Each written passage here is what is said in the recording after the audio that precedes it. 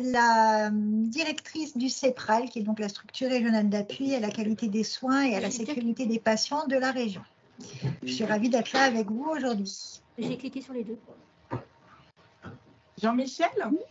Oui, bonjour à toutes et tous. Donc, Jean-Michel Auriol, médecin généraliste et co-directeur du CEPRAL avec Perrine qui vient de se présenter. Nous sommes donc la structure régionale d'appui qualité et sécurité des soins et nous travaillons avec l'ARS pour les événements indésirables graves liés aux soins. Alors, au niveau de l'ARS, on va commencer par Véronique. Bonjour Véronique. Bonjour. Bonjour. Oui, bonjour, Véronique Chedet-Delage, direction de l'offre de soins.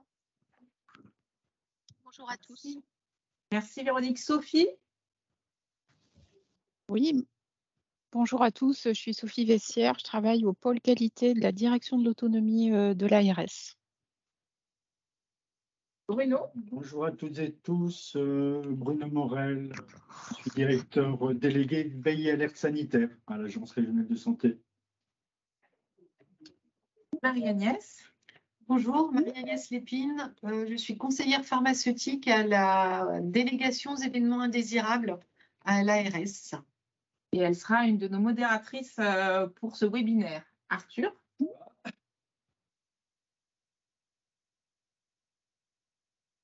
Et il sera également modérateur pour ce webinaire. Et enfin, Céline Bress, directrice déléguée aux événements indésirables. Je suis ravie d'avoir ce temps d'échange avec vous aujourd'hui. Et le but, c'est que ce soit un peu interactif. Donc, n'hésitez pas à poser vos questions en temps réel. On essaiera d'y répondre aussi bien que possible.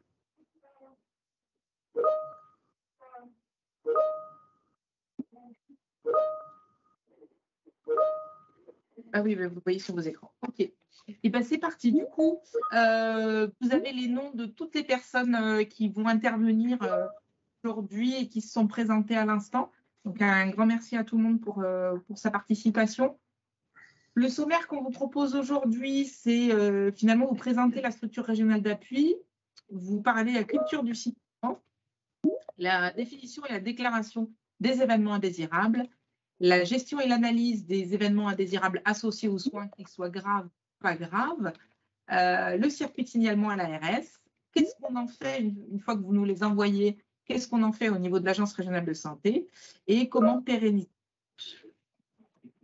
Pour débuter, du coup, je laisse la parole à Jean-Michel pour présenter la structure régionale d'appui. Bonjour. Rebonjour à tous. Merci, merci Céline. Donc, le CEPRAL, qui est donc la structure régionale d'appui qualité et sécurité des soins en Rhône-Alpes-Auvergne, c'est un acteur régional qui existe déjà depuis 16 ans.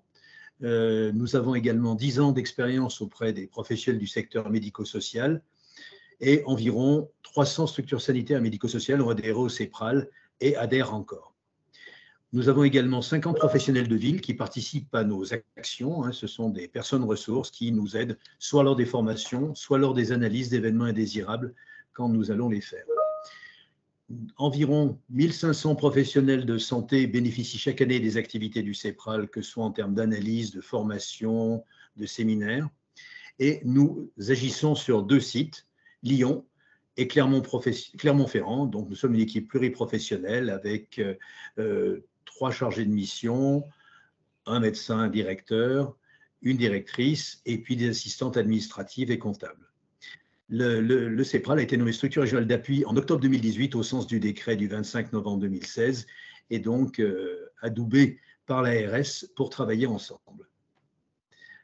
Voilà, pour vous montrer que la structure régionale d'appui qui est le CEPRAL fait partie de la Fédération des organismes régionaux d'amélioration des pratiques, puisque toutes ces structures régionales d'appui sont fédérées dans cet organisme-là. Et vous voyez donc que l'entièreté du territoire national, y compris Outre-mer, est couvert par les structures régionales d'appui dans chacune des grandes régions administratives. Le FORAP travaille en lien également avec la Haute Autorité de Santé.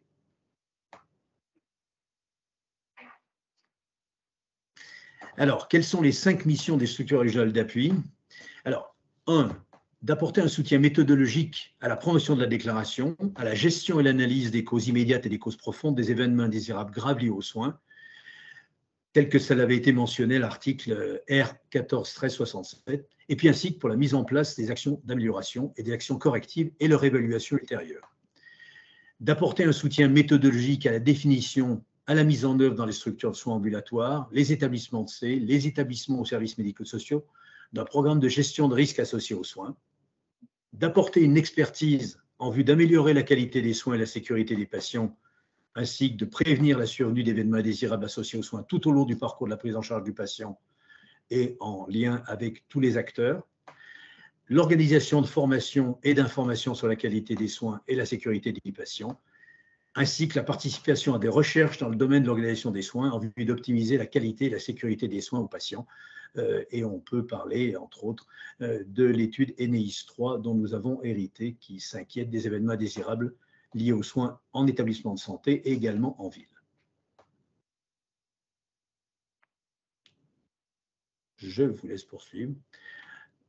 La structure régionale d'appui doit promouvoir la culture de la sécurité des patients auprès des professionnels, quel que soit leur lieu de mode d'exercice des secteurs sanitaires et médico-sociaux, et ainsi que la ville, notamment en les accompagnant dans l'analyse des événements indésirables associés aux soins auxquels ils peuvent être confrontés. Et je vais, pour montrer quelles sont les étapes auxquelles la structure régionale d'appui peut être confrontée et peut apporter son soutien. Ça peut être dans la gestion immédiate de l'événement indésirable. Donc, que ce soit les conseils pour remplir le volet 1, que ce soit les conseils pour informer le patient et son entourage, conseiller pour savoir est-ce que c'est un événement indésirable grave lié aux soins, et éventuellement comment conduire un débriefing à chaud. Ça, c'est la gestion immédiate. Ensuite, nous pouvons apporter notre soutien lors de la première partie de la déclaration, soit l'accompagnement des professionnels, soit des conseils de remplissage du volet 1. Par la suite, nous pouvons intervenir pour la deuxième partie de la déclaration, à savoir un petit peu en amont de cette deuxième partie, pour faire de l'accompagnement, c'est-à-dire la préparation de la séance d'analyse, l'animation de la séance d'analyse sur site, la rédaction du compte-rendu, l'aide au remplissage du volet 2 une fois que nous avons rempli notre mission d'analyse et que nous avons rencontré l'équipe pour analyser cet événement indésirable survenu, et puis, toujours dans cette partie, former au niveau de la sécurité et de la prise en charge médicamenteuse, former l'analyse des événements indésirables associés aux soins, former à l'annonce d'un dommage lié aux soins, tout ceci au travers de multiples outils, entre autres les outils comme les mesures de la culture sécurité. Pour ceci, nous disposons d'une messagerie sécurité en santé qui nous permet d'obtenir les éléments des événements indésirables graves liés aux soins de façon sécurisée et que ces événements sensibles ne soient pas soumis au regard de tous.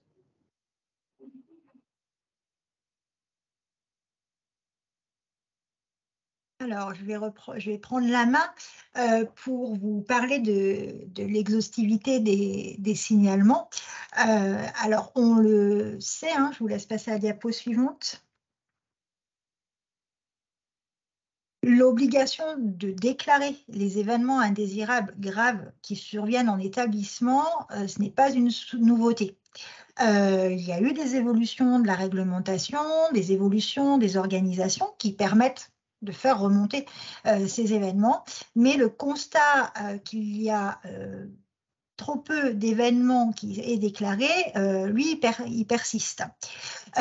On le voit aussi bien à travers le retour que nous fait la Haute Autorité de Santé sur les événements indésirables graves associés aux soins déclarés à travers leurs abrégés, notamment publiés une fois par an.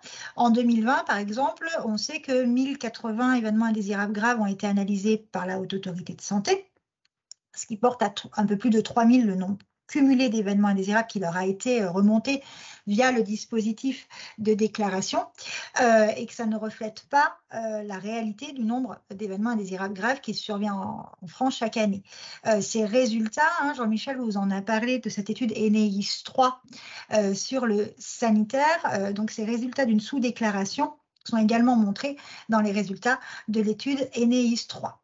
Et donc, il y a des freins au signalement et nous, en tant que structure d'appui, notre objectif, c'est de comprendre ces freins,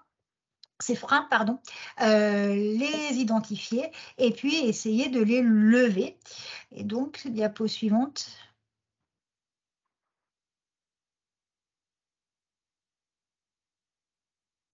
Donc, ces freins se situent à plusieurs niveaux et nous accompagnons comme ça les établissements, soit à des réflexions collectives justement sur ces freins pour essayer d'améliorer cette culture du signalement, soit à travers des formations où on a des formations sur les différentes étapes, comment signaler, comment analyser. On peut également venir au sein des établissements pour instaurer une culture positive de l'erreur, parler justement de cette erreur, de ce signalement.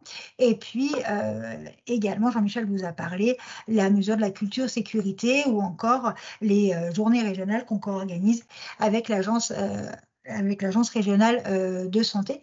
Parce qu'on le sait, sans cette remontée d'informations que vous pouvez faire en déclarant les événements indésirables graves associés aux soins sur le portail national, il va être extrêmement complexe de définir des actions qui vont avoir un impact sur la sécurité des soins pour le patient. Et c'est également vrai en interne au sein de vos établissements. Si vous n'avez pas de signalement d'événements indésirables associés aux soins, il va là encore être très difficile de trouver des actions pertinentes pour améliorer la sécurité des soins. Oui, donc voilà. Donc comme je viens de vous dire, il y a une sous-déclaration, une déclaration qui cependant augmente. Hein, Céline vous a présenté les nouveaux chiffres.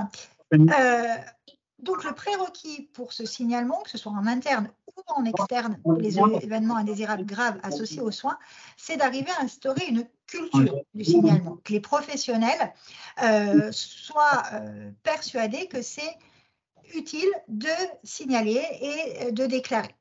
Donc, les objectifs d'un système de gestion des événements indésirables, le fait qu'on puisse les signaler, ça sont de trois types. Déjà, ça sécurise les prises en charge. Les systèmes sont faits pour diminuer les risques d'accidents au sein de l'établissement. Le fait de signaler les événements indésirables, on va pouvoir en tirer des enseignements pour pouvoir mettre en place des barrières de sécurité pour éviter que cet événement ne se reproduise ou pour en atténuer les conséquences. Donc ça, c'est le premier objectif. Le deuxième, c'est également de pouvoir accompagner les équipes qui sont au cœur d'un événement indésirable, par exemple. Ça va permettre à l'équipe qui est concernée par l'événement indésirable, si on le signale et qu'on l'analyse, de mieux comprendre ce qui s'est passé, de s'intéresser aux causes profondes de l'événement. Et puis, ça va permettre de favoriser une communication un petit peu plus positive autour de cet événement, puisqu'on va s'attacher à comprendre pourquoi celui-ci est arrivé et on ne va pas s'arrêter à l'individu, le professionnel qui aurait été face au patient au moment où l'événement a eu lieu. Et le troisième objectif de ces systèmes de gestion des événements indésirables, que ce soit le signalement interne ou externe, c'est bien entendu de mettre en place des actions d'amélioration, de proposer des préconisations afin d'améliorer la gestion des risques. Donc, le système de signalement interne aux établissements va permettre de faire du partage, de mettre en place des actions au niveau local, et le système de signalement des événements indésirables graves, que ce soit associé aux soins ou pas via le portail national, va permettre de proposer des préconisations au niveau régional avec un but final pour le système de signalement des événements indésirables graves associés aux soins, des préconisations au niveau national, puisque la Haute Autorité de Santé reçoit ces signalements et en tire des préconisations. Et donc, c'est les fameux abrégés et rapports qui sont publiés une fois par an. Et grâce à ces préconisations, on va petit à petit développer les comportements de sécurité dont je vais vous reparler ensuite. Diapo suivante. Alors, je vous ai parlé du retour d'expérience. Le retour d'expérience, finalement, qu'est-ce que c'est? Ça se présente en 4 phases. La première, c'est connaître. Pour pouvoir améliorer les choses, il faut connaître les dysfonctionnements. Donc, connaître, c'est tout simplement collecter les événements indésirables associés aux soins qui sont identifiés par les professionnels. Donc, il faut que dans vos établissements, vous ayez mis en place un système permettant de récolter ces événements indésirables associés aux soins. La deuxième étape du retour d'expérience, c'est de comprendre pourquoi un événement indésirable a pu arriver. Donc là, c'est la partie d'analyse, en équipe pour pouvoir creuser les différents dysfonctionnements. Et donc, on va rechercher ce qu'on appelle les causes profondes. La troisième étape du retour d'expérience, c'est agir. Donc, c'est proposer un plan d'action efficace sur les causes qu'on aura identifiées à l'étape d'avant pour pouvoir améliorer cette qualité des soins et la sécurité des patients. Et le quatrième étape du retour d'expérience, c'est partager, c'est-à-dire communiquer sur ces actions d'amélioration qu'on a trouvées en équipe, sur les causes profondes qui ont été identifiées pour permettre de redonner du sens aux actions qui sont proposées aux professionnels et montrer qu'on réfléchit ensemble sur des améliorations de l'organisation. Diapo suivante. Donc, les événements indésirables, ils ont lieu, ils sont inhérents à toute activité, que ce soit une activité sanitaire dans le domaine de la santé ou dans d'autres activités. Et on sait que le risque zéro n'existe pas et que l'erreur est humaine. Ça, c'est des postulats pour cette gestion des événements indésirables. Donc, en fait,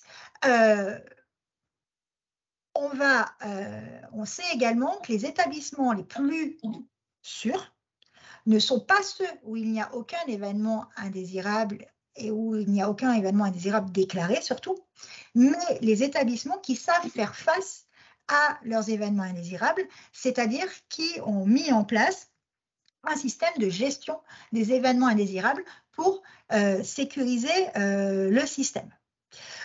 On est sur une amélioration petit à petit de ce qu'on appelle la culture de sécurité.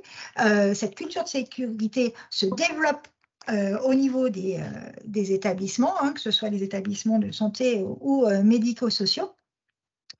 Et le retour d'expérience, bien évidemment, fait partie intégrante de la culture de sécurité.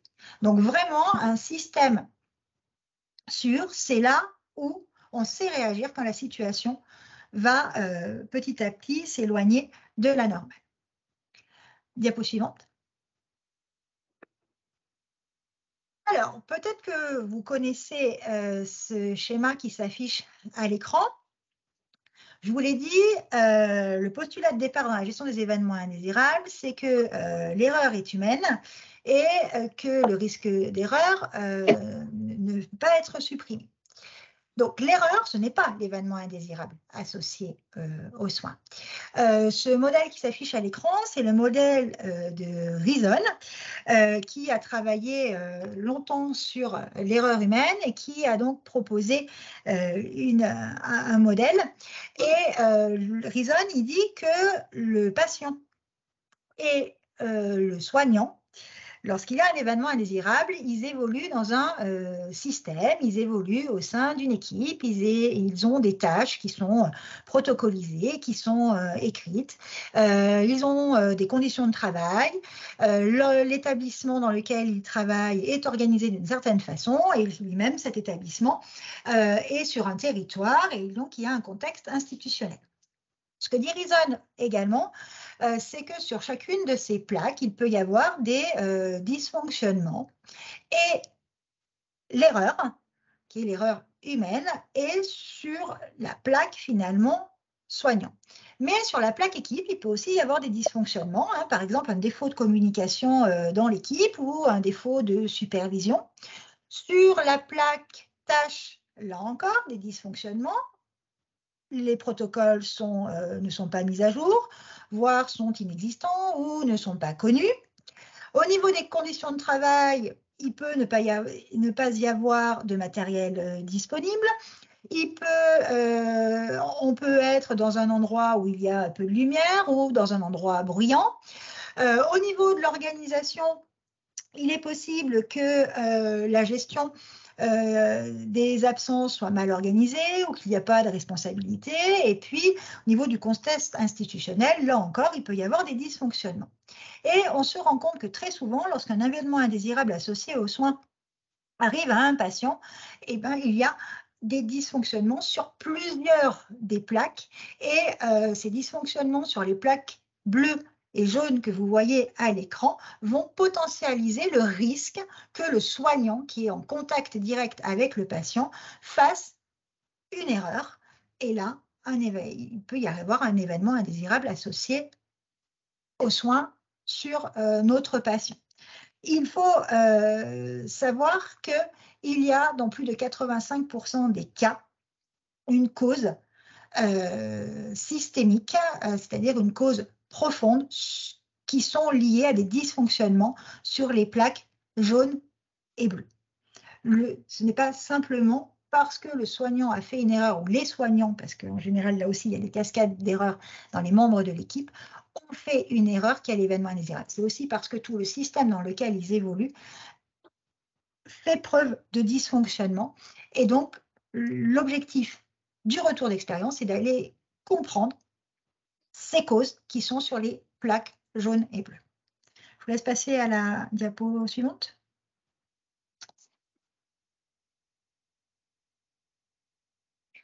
Donc, ça, c'est la publication justement des abrégés, hein, donc de la Haute Autorité de Santé.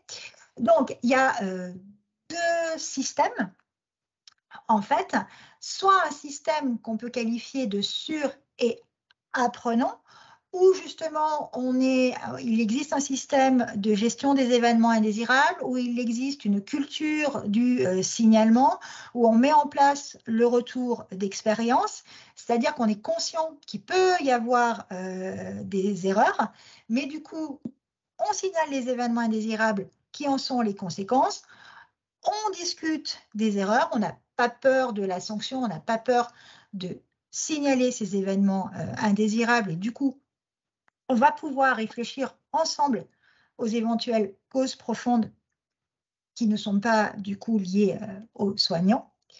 Soit il y a un système où les risques restent persistants, qui est plutôt un système punitif où l'idée est de sanctionner, c'est-à-dire que lorsqu'un professionnel fait une erreur, on va le sanctionner. Et donc, forcément, les soignants, alors quand je dis soignants, hein, je parle au sens large, les professionnels, on va dire plutôt les professionnels des établissements, vont avoir alors peur de déclarer leurs erreurs, de déclarer les événements indésirables, et donc on ne pourra plus mettre en place de retour d'expérience pour sécuriser le système. Diapo suivante.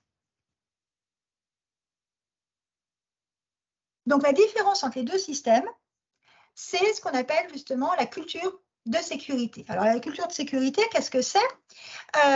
C'est un ensemble de manières de faire et de penser qui contribuent à la sécurité. Et ces manières de faire et de penser sont partagées au sein des équipes et au sein d'un établissement. En effet, chaque individu, on a nos valeurs, qu'est-ce qui est important pour nous, on a nos croyances sur le fonctionnement des processus, etc. Et ces valeurs qu'on a et ces croyances qu'on a vont forcément influer sur nos comportements. Ce qu'on pense va influer sur mon comportement en matière de sécurité.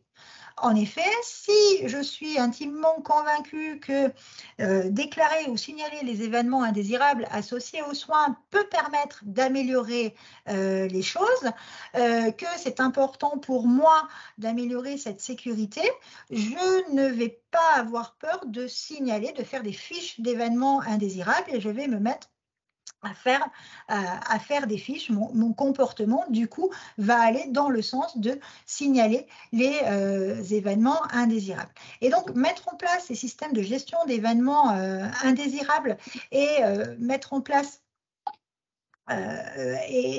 cette culture du signalement va permettre, puisqu'on va montrer qu'on ne va pas sanctionner les professionnels, on va s'intéresser aux causes, etc., va permettre petit à petit d'améliorer la culture de sécurité. Diapo suivante. La culture de sécurité, ça a 4 composantes dont on a déjà parlé. Le signalement et la déclaration, c'est-à-dire qu'il faut connaître les événements indésirables qui ont lieu pour voir où sont potentiellement les faiblesses. C'est le retour d'expérience. Donc, on déclare, on apprend, on met en place des actions et on communique dessus. C'est le travail en équipe pour s'adapter au changement, hein, bien sûr. On analyse ensemble, les actions d'amélioration vont entraîner des bouleversements et des bouleversements d'organisation. Et puis la 4e composante, c'est la culture juste. La culture juste, c'est on est conscient que l'erreur est humaine et qu'il y a des erreurs et qu'on va apprendre de ces erreurs. Par contre, si il y a des comportements qui, pour le coup, ne sont pas conformes à la réglementation, aux bonnes pratiques, ou qui sont clairement de la faute professionnelle, celles-ci devront être sanctionnées. Donc oui, on est dans une organisation apprenante qui apprend de ses erreurs. On n'a pas peur de déclarer les événements, mais attention, si des comportements sont inacceptables, là, ils pourront être sanctionnés. Et donc, la culture de sécurité, on va petit à petit avoir, plus elle va être augmentée, plus on aura une organisation apprenante, sûre, informée et fiable. Et on vous a mis la référence qui concerne la culture de sécurité. Il y a un guide HAS qui s'appelle du concept à la pratique, qui est publié et qui est disponible si vous voulez travailler sur le développement de la culture de sécurité. Donc, je vous ai présenté un peu les prérequis à ce signalement, c'est-à-dire d'instaurer une culture de sécurité, et le fait d'installer cette culture de sécurité va permettre après, petit à petit, d'instaurer des comportements de sécurité au sein des équipes. Diapositive suivante. Alors, la culture de sécurité, elle se mesure. Donc là, vous voyez à l'écran les résultats d'une mesure interrégionale de la culture de sécurité au niveau des établissements sanitaires qui avait été réalisée par l'ensemble des structures régionales d'appui. Et ça a montré qu'il y avait 2 dimensions qui étaient plus faibles que les autres dans la culture de sécurité. C'était justement la réponse non punitive à l'erreur et le soutien du management. Donc ça, c'est ce que vous voyez sur le schéma de gauche. À droite, c'est un schéma qui est issu d'une étude de recherche qui s'appelait Clarté, dont l'objectif était de comprendre finalement les interactions entre les différentes dimensions de la culture de sécurité des soins. Et finalement, si on veut développer les 2 dimensions qu'on voit au sommet de cette figure, c'est-à-dire une perception plutôt globale, positive de la sécurité dans l'établissement et augmenter la fréquence de signalement des événements indésirables, on va devoir consolider toutes les autres dimensions de la culture de sécurité et l'établissement va devoir consolider son organisation, mettre en place une réponse non punitive, donc une culture juste par rapport aux erreurs, et surtout s'asseoir et asseoir tout ça finalement sur le soutien du management. Alors pourquoi, diapositive suivante, j'ai commencé à vous en parler tout à l'heure. On a tous, de manière individuelle, des manières de faire et des manières de penser, et nos manières de penser, qui sont nos croyances, nos valeurs, influent nos manières de faire. Mais chacun dans une équipe a ses manières de faire et ses manières de penser. Et les membres d'une équipe vont influer sur nos propres valeurs, nos propres manières de penser, nos manières de faire, et de même pour ce qui est du management. Par exemple, si je reprends mon exemple de tout à l'heure, si moi je suis convaincue que c'est important de signaler les événements indésirables associés aux soins pour améliorer la sécurité, je vais les signaler.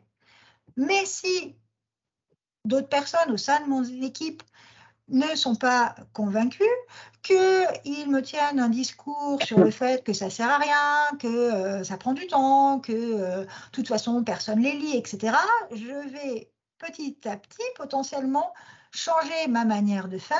Et de même, si les managers, lorsqu'on fait une déclaration, qu'on signale une situation potentiellement dangereuse, si en retour on est convoqué ou qu'il y a une sanction, eh bien, la fois d'après, je ne signalerai pas.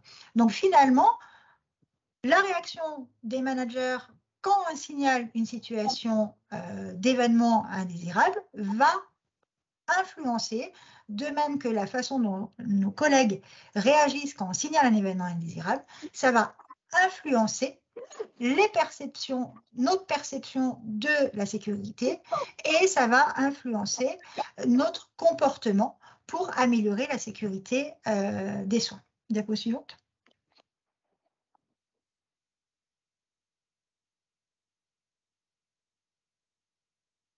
Donc, pour développer cette culture de sécurité, il faut vraiment porter le message auprès de tout le monde, être bien conscient que les manières de penser de chacun influent les comportements. Et donc, une fois que cette culture de sécurité sera bien installée, ça va permettre aux professionnels de signaler les événements indésirables sans crainte et contribuer ainsi à améliorer la qualité et la sécurité. Donc, pour ça, il faut que la gouvernance des établissements, les managers communiquent sur les valeurs de l'établissement, que c'est important de signaler qu'on est dans une culture juste et une valorisation, une culture positive de l'erreur, et qui montre l'exemple. Et ils vont finalement, ces managers, se positionner un peu comme des leaders de sécurité, en favorisant un climat favorable au signalement et à l'analyse des événements indésirables. Diapo suivante. Ce leader en sécurité, hein, c'est finalement cette personne qui a la capacité de mobiliser, de guider, d'orienter ses collaborateurs sur les enjeux de sécurité et à influencer un petit peu leur comportement pour qu'ils deviennent plus sûrs. En effet, vous avez dans le schéma ce manager, ce leader qui a des valeurs, qui a la vision et qui va la porter au niveau de l'équipe, assurer à l'équipe qu'on peut déclarer sans crainte les événements indésirables, que si on les déclare, on va s'y pencher dessus et pas juste les collectionner dans une boîte mail ou dans une petite boîte. Et du coup, il va forcément, ce leader, arriver à influer sur les organisations, sur les situations de travail, et à faire changer petit à petit les comportements de l'ensemble de l'équipe pour mettre en place de nouvelles actions qui vont sécuriser et qui vont faire qu'il y aura une meilleure qualité et sécurité des soins, donc avoir des résultats sur la sécurité. Et du coup, je prends la main sur la définition et la déclaration des événements indésirables. Donc, un événement indésirable, c'est un accident, un incident ou un dysfonctionnement dont les conséquences sont ou auraient pu être dommageables pour les patients, les professionnels, les visiteurs ou les biens. Et du coup, on peut avoir 4 catégories d'événements indésirables. Donc, les événements indésirables non graves, non associés aux soins, qu'on va qualifier d'EI. Les événements indésirables graves, mais non associés aux soins, qu'on va qualifier d'EIG. Les événements indésirables associés aux soins, mais non graves, qu'on va qualifier d'EIAS. Et les événements indésirables et graves et associés aux soins, qu'on qualifie d'EIGF. La gravité, elle est qualifiée selon le décret donc 706 de 2016, donc on y reviendra sur la définition, mais en tout cas, c'est pas ma définition de la gravité, c'est celle qui est dans le décret. Ce qui est important, je pense, c'est que l'événement indésirable il soit analysé et quelle que soit la gravité, quel que soit le niveau de gravité, il est d'autant plus facile d'analyser de manière pluridisciplinaire un événement indésirable qui n'a pas eu de conséquences pour le patient, puisqu'il n'y a pas l'affect et qu'on peut avoir sur un événement indésirable qui a entraîné le décès d'un patient ou d'un résident. Après, c'est un peu plus dur de mobiliser les personnes sur un presque accident que sur un accident, on est d'accord. Mais en termes d'affect, c'est plus facile à gérer une analyse des causes profondes quand il n'y a pas eu de décès de patient ou de résident. Donc, je vous encourage à analyser vos presque événements ou vos événements qui n'ont pas eu de conséquences graves au sens du décret sur vos patients ou vos résidents. Je mets juste un bémol, mais j'ai déjà eu l'occasion d'échanger avec plusieurs d'entre vous. Attention, EIG de l'étude ENEIS, l'EIG des référentiels d'évaluation des ESSMS,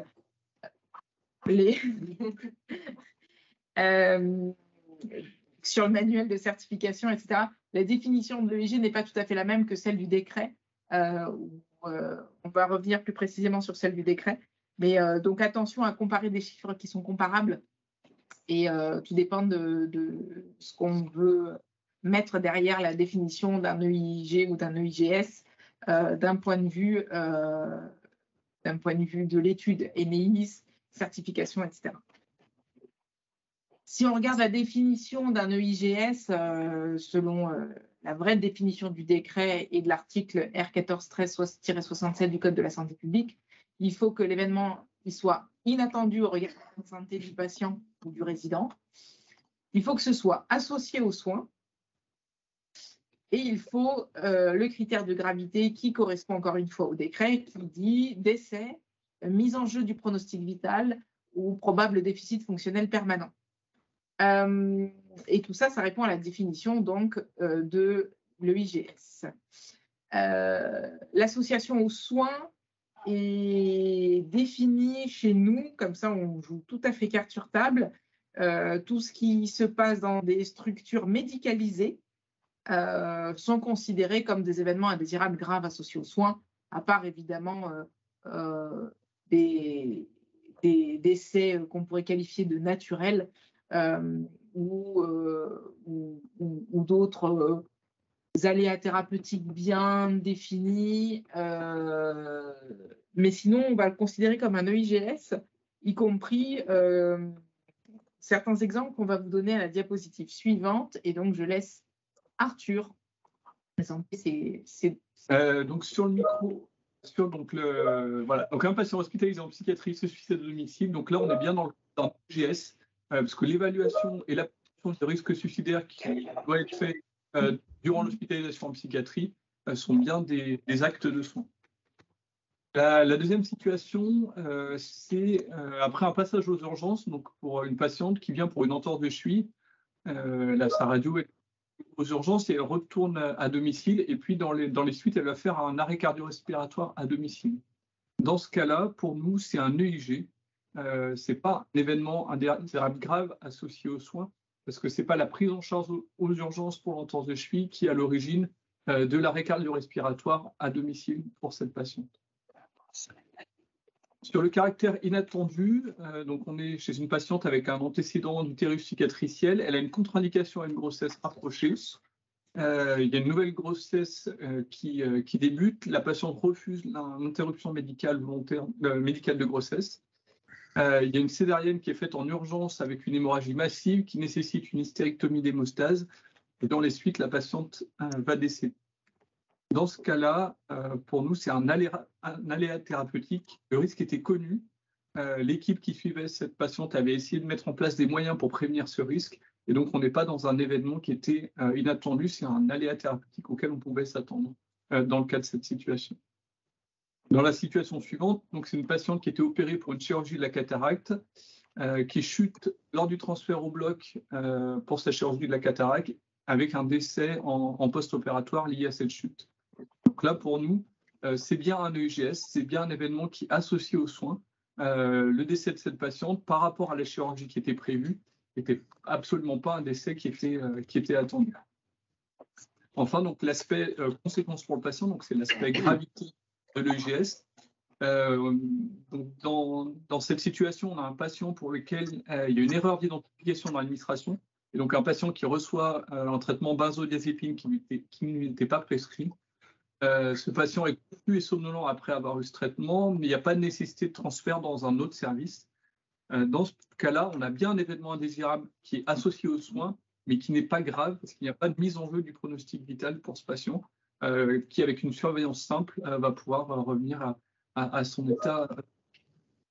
Et par contre, pour un patient pour lequel il y avait une chirurgie d'intestin grêle qui était nécessaire en urgence la nuit, un anesthésiste qui était d'astreinte mais injoignable pendant 3 heures pour des problèmes de téléphonie, l'opération a été décalée. Et dans ce cas-là, pour nous, c'est bien un EIGS. Le retard de prise en charge a bien mis en jeu le pronostic vital.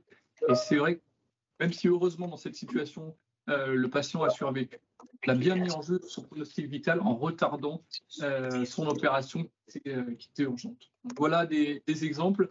Il y avait une question tout à l'heure dans le chat sur les tentatives de suicide.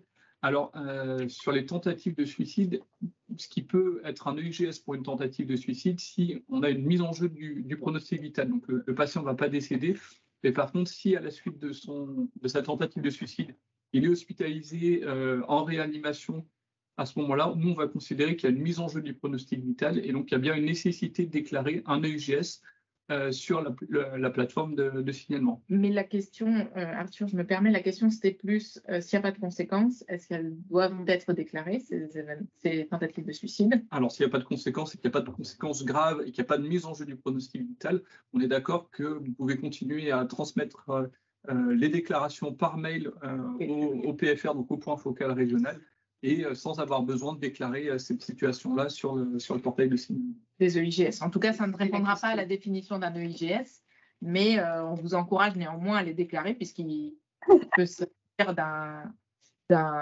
peut y avoir derrière une tentative de suicide, en tout cas des répercussions importantes pour la structure, et du coup, on vous encourage à les déclarer, mais du coup, pas sur le portail national des signalements, mais bien par mail via le formulaire si c'est une structure médico-sociale. Sur le point focal régional, donc ars69-alerte @ars.santé.fr, mais on y vient. Pour rebondir sur les exemples d'Arthur, et parfois entre un aléa thérapeutique et un événement grave lié aux soins, il faut aller jusqu'au bout de l'analyse avant de pouvoir vraiment le classifier.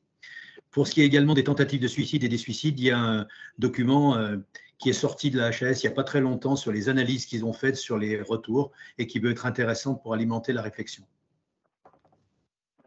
Merci Jean-Michel. Du coup, là sur les événements indésirables, là, on vous a fait une diapositive qui vous permet de mettre modalité de déclaration à l'ARS. Donc, c'est tous les événements indésirables associés aux soins et événements indésirables graves pour le secteur sanitaire doivent être transmis au point focal régional dont l'adresse se situe ici, ars69-alerte@ars.santé.fr, via le formulaire de déclaration des établissements médico-sociaux. Et pour les EIGS, c'est évidemment sur le portail national de signalement, quelle que soit la structure, que ce soit sanitaire ou médico-sociale. Si les établissements sanitaires souhaitent nous déclarer des événements indésirables associés aux soins ou des événements indésirables graves, il suffit de faire un mail au point focal régional, donc là, toujours la même adresse, ars69-alerte@ars.santé.fr. Je vous rappelle que d'un point de vue obligation de signalement, ne sont concernés que ce qui est encadré en rouge, donc les EIGS, quel que soit le secteur, et les EIG du secteur médico-social. Néanmoins, je peux vous encourager à signaler d'autres événements, que ce soit en raison d'un risque de judiciarisation, un risque médiatique, ou tout simplement pour faire bouger les choses sur des thématiques qui vous paraissent récurrentes. Donc, vous avez du coup en bas le lien pour le portail national des signalements et sur le formulaire. Du coup, les obligations de signalement, c'est pour répondre au décret des EIGS, donc 2016-1606, et pour répondre au décret du médico-social concernant les EIG, donc c'est le 2016-1813, ainsi que l'arrêté du 28 décembre 2016. Le formulaire que vous trouvez là en bas d'écran à gauche, formulaire EMS, est disponible sur le site internet de l'ARS si vous le retrouvez dans professionnel, surveiller, signaler, gérer, signaler ou déclarer à l'ARS. Et puis là, vous naviguez selon le secteur médico-social ou sanitaire qui vous concerne. Et donc, les autres qui ne rentrent pas dans cette obligation de déclaration sont à votre évaluation pour savoir, selon votre appréciation, cas par cas, pour savoir si c'est pertinent de nous les transmettre. Ensuite, je laisse la main à Sophie pour cette diapo.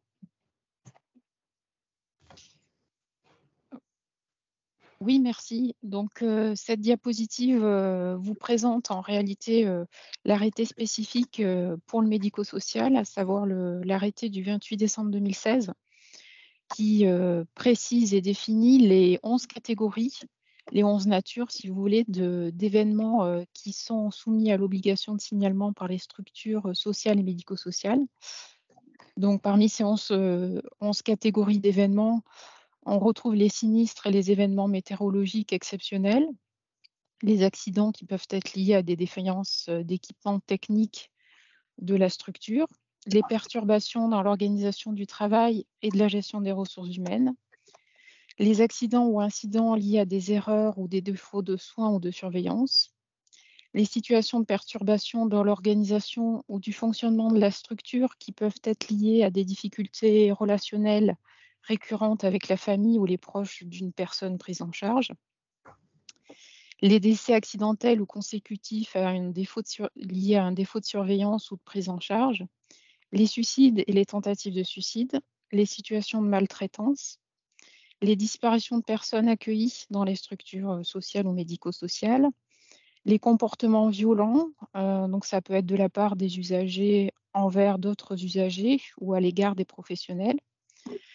ainsi que les manquements graves du règlement intérieur des structures et les actes de malveillance. Donc je vais peut-être préciser que du coup, ces catégories, on les retrouve dans l'article L 331-8 du Code de l'action sociale et des familles. Voilà. Merci Sophie. Donc nous allons nous intéresser à la gestion et l'analyse des événements indésirables associés aux soins ou graves associés aux soins au sein des établissements. Donc on va passer à la diapo, on rebondit sur cette diapositive qu'on avait vue un peu tout à l'heure, à savoir qu'il y a donc trois étapes. Il y a l'événement indésirable associé aux soins et sur lequel il va falloir faire une gestion immédiate et on va y revenir. Donc on constate, et pour rebondir sur ce qu'on disait tout à l'heure, il est vrai que quand il y a un événement indésirable associé aux soins et que les établissements de santé ont un doute sur je le déclare pas, c'est un EIAS, c'est un EIGS, il peut être utile de se rapprocher de l'ARS ou du CEPRAL pour essayer d'aller un peu plus loin. On a toujours je dirais, il est toléré une petite semaine pour faire le volet 1, hein, puisque quand on dit sans délai, il faut quand même qu'on ait pu recueillir des éléments de compréhension, et ça ne se fait pas tout à fait à chaud, il faut que les gens qui étaient en poste soient là, enfin, etc. Donc, ce petit délai peut permettre de se renseigner pour analyser, enfin une pré-analyse pour voir si on le déclare ou on ne le déclare pas, et on a quelques éléments à fournir. Donc, déclaration, Suite à quoi, eh ben, on a dans les 3 mois, et vous allez y revenir, une analyse approfondie et collective à effectuer de façon à pouvoir remplir le volet 2. Et c'est là qu'effectivement, éventuellement, on peut être appelé à intervenir pour mener cette analyse sur cet événement indésirable et élaborer le plan d'amélioration. Alors, pour ce qui est de la... Oui, c'est bon, on peut passer, Céline. Pour ce qui est de la gestion immédiate de cet événement indésirable associé aux soins, comme on disait tout à l'heure, d'abord, il y a un phénomène de récupération et d'atténuation, c'est-à-dire que lors du moment de l'analyse, il y a sûrement des choses à faire pour éviter qu'il y ait une aggravation des choses. Si on a constaté qu'une perfusion était passée trop vite, et ben on l'arrête. Et puis, si jamais, là aussi, il y a eu, comme on l'a eu récemment, un produit passé trop vite, et ben il peut y avoir des manœuvres d'atténuation avec des antidotes. C'est des exemples. Il va falloir songer à annoncer le dommage, soit au patient, soit à la famille, soit aux deux. Et pour ceci, il y a des outils pour l'annoncer. Et ça, c'est une étape qu'il ne faut pas oublier. Il faut aussi apporter un soutien aux professionnels. Ce que vous disiez tout à l'heure, Céline, c'est qu'effectivement, il y a toujours une seconde victime qui est le professionnel de santé. Et on mesure souvent combien les personnels soignants, on a tous choisi d'être soignants pour faire du bien aux gens, pas pour leur nuire. Et quand il y a quelque chose qui apparaît chez un de nos patients, les soignants sont secondes victimes, sont dans la culpabilité. Et je crois qu'il faut très rapidement, et le management est là pour ça, qu'il y ait un soutien aux professionnels.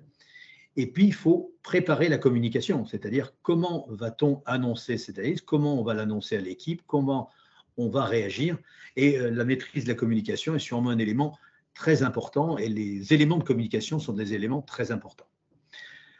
Entre autres, il est possible de créer et de renseigner au fur et à mesure un livre de bord pour consigner les éléments de gestion de l'événement indésirable grave lié aux soins. C'est-à-dire, dès qu'on l'a constaté, on note un petit peu, heure par heure, ce qu'on a décidé, qui on a adjoint, qu'est-ce qu'on a fait comme mesure préventive. Ça va beaucoup aider l'analyse dans le futur. Pour la suite, je laisse la parole à Perrine pour la récupération et l'atténuation en détail. Oui, merci Jean-Michel. C'est juste pour compléter ce que tu as dit il y a 2 diapos. C'est important de s'intéresser, alors évidemment aux dysfonctionnements qui ont eu lieu, mais aussi à la manière, lorsqu'il y a un événement indésirable associé aux soins, qu'il soit grave ou pas, dont l'équipe a réagi, dont elle a vu que ça dysfonctionnait. Comment elle a réagi, qu'est-ce qu'elle a mis en place comme mesures conservatoires prises pour le patient. Et c'est parce qu'on n'oublie pas d'analyser ces mesures conservatoires qu'on aura une analyse vraiment complète et systémique. Et donc, c'est là où on va pouvoir identifier finalement les barrières qui ont résisté et qui vont avoir permis une meilleure récupération ou atténuation de l'événement. Perrine, je crois que c'est à vous. Tout à fait, merci Perrine. Au niveau de la déclaration pour le volet 1, l'idée c'est de recueillir les premiers éléments de compréhension, ensuite de remplir la déclaration de manière anonymisée, donc tant pour les professionnels que pour les structures que pour les patients. Seule la partie, vous avez un onglet où il faut vous identifier, et là évidemment vous ne pouvez pas vous anonymiser sur cet onglet-là, mais dans la partie description, il est important que tout soit anonymisé, patients, professionnels et structures. Décrire les circonstances, le but c'est d'être précis, de faire un espèce de chronogramme, en tout cas d'avoir un détail des actions horodatées. Le but, c'est d'être factuel, sans jugement. Ce n'est pas là qu'on règle ses comptes. Et évidemment, expliquer les mesures mises en place immédiatement pour pouvoir nous assurer que la situation est sécurisée au niveau de votre structure. Je vous ai dit, le volet 1, une fois qu'il est validé, il n'est plus modifiable. Si vous avez besoin de faire des corrections sur le volet 1, il faut faire un mail au point focal régional, donc ARS 60 alerte@ars.santé.fr. Et si vous souhaitez avoir quelques conseils pour comment faire des volets 1 de qualité, je vous invite à vous reporter à la fiche repère qui a été publiée au mois de juin, qui a été envoyée par mail à vos directions, et que sinon c'est disponible sur le site internet de l'ARS, la fiche repère qui comporte quelques conseils pour faire un volet 1 de qualité. Je laisse la parole à Marie-Agnès.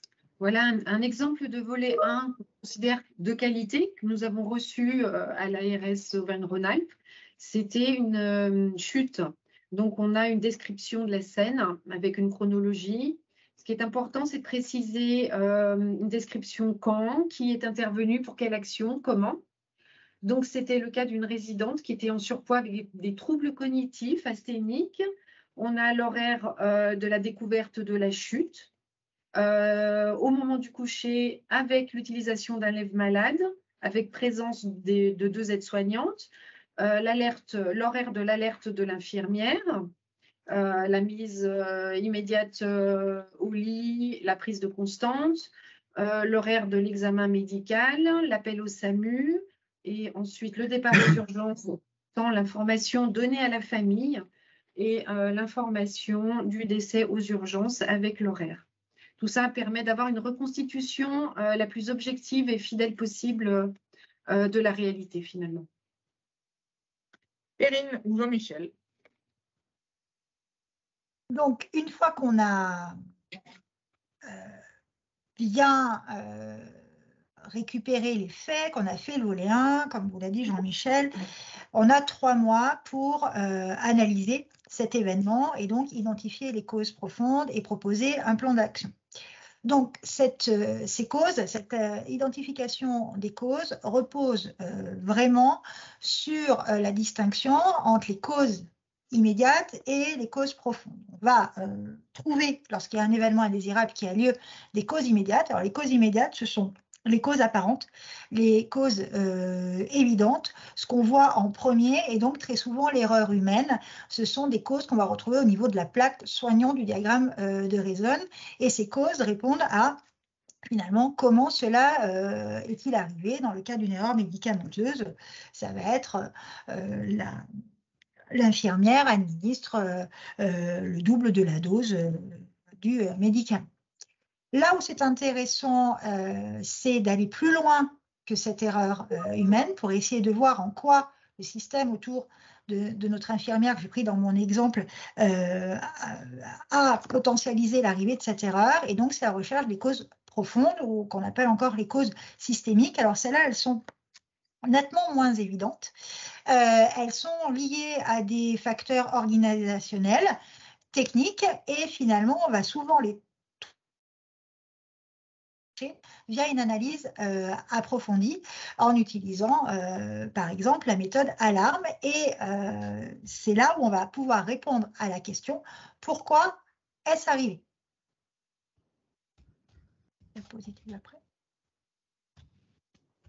Donc ces causes systémiques, si on utilise la méthode alarme, qui est la méthode qui est conseillée pour réaliser l'analyse systémique, ces causes, on va pouvoir les classer finalement dans 7 catégories, qui sont les 7 catégories que l'on retrouve dans le diagramme de Rhizon. Hein. Chaque catégorie correspond à une plaque. On va trouver des causes profondes liées aux patients. On va trouver des causes liées aux tâches, au protocole, aux soignants, à l'équipe, à l'environnement de travail, à l'organisation et au management et au conseil institutionnel. Dans cette grille alarme, on a 37 facteurs contributifs qui vont être déclinés au sein de ces 7 catégories. Et donc, vous avez un outil qui s'appelle la grille alarme commentée, qui est un outil de la Haute Autorité de Santé, où on retrouve pour chacune des 7 catégories les facteurs contributifs et les questions qu'on peut se poser pour essayer de les identifier. Par exemple, là, on est sur la répartition des tâches. Donc, on est sur la catégorie de facteurs qui sont liés à l'équipe et à l'environnement de travail. Et donc, quand on va passer en revue notre événement indésirable, on va se poser la question si à un moment donné, il y a eu des défaillances au niveau de la répartition des tâches. On va se demander s'il y a eu une incohérence ou un déséquilibre de la répartition des tâches dans l'équipe, ou est-ce qu'il y a eu un glissement de tâches ou un soin qui ne relevait pas du champ du service. Et donc, on va s'éloigner comme ça petit à petit de l'erreur qu'a fait le professionnel si on est sur le médicament, par exemple, on va se poser la question de savoir s'il n'y avait pas eu un glissement de tâches et pourquoi. Alors, si je me mets dans le secteur du médico-social, est-ce qu'il n'y a pas eu un glissement de tâches au niveau de fonctions qui n'auraient pas dû être impliquées dans le médicament? Et donc, vous avez des questions concrètes à poser à l'équipe pour essayer de voir s'il y a un facteur au niveau de cette catégorie liée à l'équipe et à l'environnement de travail. Diapositive suivante.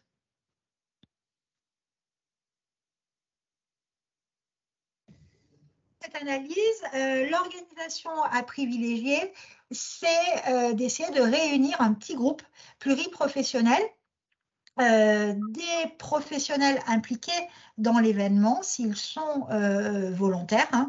On vous a parlé de la seconde victime, il ne faut pas le sous-estimer. S'ils ne se sentent pas bien pour venir à l'analyse, il ne faut pas les forcer, mais en tout cas, il faut toujours les convier. Ils vont pouvoir ainsi raconter les faits tels qu'ils les ont vécus. Et donc, on convie des professionnels qui sont toujours volontaires. On ne les convoque pas, on les convie. Le recueil des faits qui vous permet d'alimenter le volet 1 doit être fait le plus tôt possible parce que sinon après on a un biais de mémorisation. Donc en tout cas dès que l'équipe peut en parler. Et l'analyse, si on veut pouvoir faire une analyse approfondie dans un climat serein, il faut toujours la réaliser un petit peu en différé de l'événement pour laisser retomber les conséquences psychologiques, par exemple, ou les éventuelles tensions que ça a pu faire naître entre des équipes. Et donc, il y a par contre un maximum qui est fixé par la loi pour les EIGS, qui est de 3 mois. Et de toute façon, après 3 mois, on rencontre là encore des biais de mémorisation. Donc, c'est vraiment un délai à ne pas dépasser. Et puis, au niveau de la réunion d'analyse, bien évidemment, il faut que l'animateur laisse s'exprimer toute personne présente a le même droit d'expression. Et puis, on est dans une bienveillance, une culture positive de l'erreur. On n'est pas en train de chercher des coupables, mais bien d'essayer de comprendre quels sont les facteurs qui ont pu favoriser l'événement indésirable grave. Et bien entendu, on ne stigmatise personne et l'animateur n'oublie pas que les soignants au sens large qui ont été impliqués, que les professionnels qui ont été impliqués sont bien souvent des secondes victimes et peuvent porter de la culpabilité. Diapositive d'après. Alors, oui, juste pour rebondir, Perrine, en termes de délai, Jean-Michel l'évoquait tout à l'heure, ce qui nous paraît raisonnable entre la survenue et la déclaration de l'événement indésirable grave associé aux soins, c'est un maximum de 7 jours, puisque le texte prévoit 100 délais. Alors, 100 délais, on entend bien que vous avez d'autres choses à faire que d'abandonner le patient pour faire la déclaration. Donc, 7 jours nous paraît un maximum qui est raisonnable entre la survenue de l'événement indésirable grave associé aux soins et la déclaration. Je ferme la parenthèse. Sur la transmission du volet 2, donc le volet 2, sur le portail national des signalements, c'est construit sur le modèle de la grille alarme. Donc, si jamais vous n'avez pas de chouchou en termes de méthode d'analyse des causes, on vous encourage à utiliser la méthode d'alarme, puisque comme ça, il suffira de faire un copier-coller de conclusion de l'analyse des causes profondes et de l'analyse de gestion des risques a posteriori pour compléter le volet 2. Donc, voilà. Si vous utilisez d'autres méthodes, tout est possible, mais il faudra du coup un peu réorganiser votre volet. Le copier-coller ne pourra pas se faire spontanément. Les actions doivent découler logiquement des facteurs retrouvés, c'est-à-dire que ce n'est pas possible de ne pas identifier de facteurs contributifs à la survenue de l'événement et puis de mettre en place un plan d'action avec 25 actions. Si dans le cadre d'un suicide, vous n'avez pas de facteurs contributifs identifiés autres que les antécédents du patient, vous ne pouvez pas avoir dans votre plan d'action sensibilisation des équipes. On sensibilise des équipes à quoi? Et puis, sécurisation des fenêtres si le patient s'était défenestré. Si le patient s'est défenestré et que vous envisagez une sécurisation des fenêtres, c'est comme facteur contributif, a priori, il y avait un défaut de sécurisation des fenêtres. Donc voilà, il faut que ce soit logique entre les facteurs contributifs qui ont été identifiés et le plan d'action. Je vous rappelle également qu'un objectif n'est pas une action, Les actions doivent être détaillées, décrites et décrire concrètement leur réalisation avec une date d'échéance, un dispositif de suivi et un pilote par sa fonction, pas par son nom bien évidemment, mais par sa fonction. Il faut que les actions soient réalistes, pas envisagées comme ma question d'amélioration de dire il nous faut une infirmière par patient, parce que ça ne marchera pas. Et puis, il faut que le nombre d'actions d'amélioration soit réalisable. Ça ne sert à rien pour un EIGS de mettre 25 actions d'amélioration. 1, 2, 3, allez, maximum 4 actions d'amélioration me semble le maximum qui puisse être réalisé. Donc voilà, le but de tout ça, c'est de sécuriser les prises en charge et de limiter le risque. Un exemple de volet 2, toujours avec le même exemple tout à l'heure de la chute lors de la manutention avec un lève-malade. Donc après balayage avec la grille alarme, voilà les facteurs favorisants contributifs qui ont pu être mis en évidence. Les facteurs liés à la résidente, surpoids, troubles cognitifs, ce qui présume une manutention un peu complexe. Des facteurs liés aux tâches à accomplir comme l'absence de protocole d'utilisation du lève-malade, facteurs liés aux professionnels, absence de formation des professionnels impliqués dans l'événement, des facteurs liés à l'environnement de travail comme la charge de travail importante de l'infirmière qui n'a pas pu aller aider ses collègues, des facteurs liés au management, autour d'une réorganisation en ressources humaines dans le service suite au cluster Covid. Et enfin, les actions en miroir justement de ces causes identifiées. L'organisation des formations qui précise le type de formation, une formation flash, qui précise également l'échéance et qui va la piloter. Autre action en miroir avec les facteurs favorisants identifiés, c'est la rédaction de la procédure et toujours pareil avec une échéance et un pilote. Dans ce cas-là, l'ergothérapeute a été identifié comme pilote. Donc, ce volet 2 permet d'analyser et d'avoir des actions qui contribuent véritablement à sécuriser une prise en charge. Perrine, on vous laisse la main. Oui.